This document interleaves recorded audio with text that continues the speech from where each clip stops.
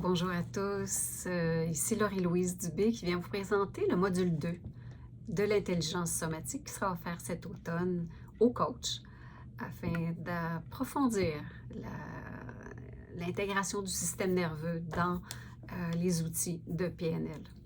Alors, c'est cet automne, en novembre, fin novembre, début décembre, qu'on va être ensemble pendant 4 jours à pratiquer, à explorer, à approfondir les outils pour pouvoir situer le système nerveux dans la carte du monde de, de vos clients et de vous-même aussi, parce que la résonance, c'est un outil important en intelligence somatique.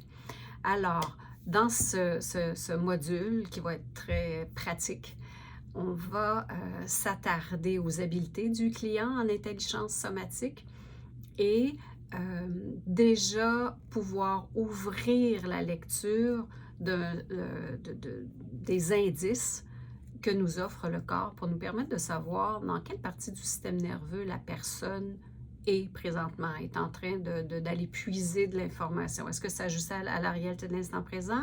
Est-ce que, bien sûr, on est dans un répétitif qui s'invite pour qu'on puisse lever la charge qui est sur ce qui est là, sur ce qui est derrière.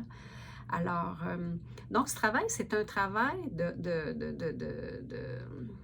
comment je dirais, de lecture, une lecture autrement, écouter autrement, entendre autrement, comme souvent on le fait en PNL, mais en se donnant un outil encore plus poussé, puisqu'il vise beaucoup le système nerveux dans nos approches. En plus, dans dans ce travail, on sait qu'un individu, bien, il vient de sa famille et qu'on a d'abord appris la vie à travers nos parents et qui, eux, peut-être déjà étaient un peu biaisés, étaient moins disponibles à la réalité de l'instant présent et plus ajustés à la protection de leur système nerveux. C'est des choses qu'on va avoir vues, bien sûr, en module 1.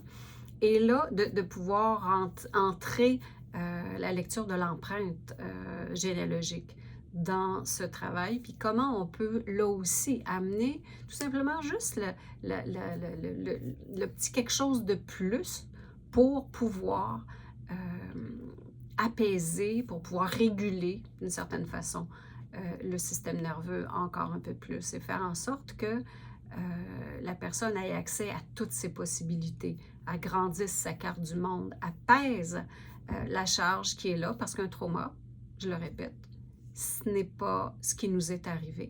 C'est ce que le système nerveux a fait avec ce qui nous est arrivé. Bien sûr, tout dépendamment du système qui était là pour nous quand est arrivé l'événement. Trop vite, trop gros pour nous, auquel on n'a pas pu se défendre, ni se protéger et qu'on n'a pas pu voir venir.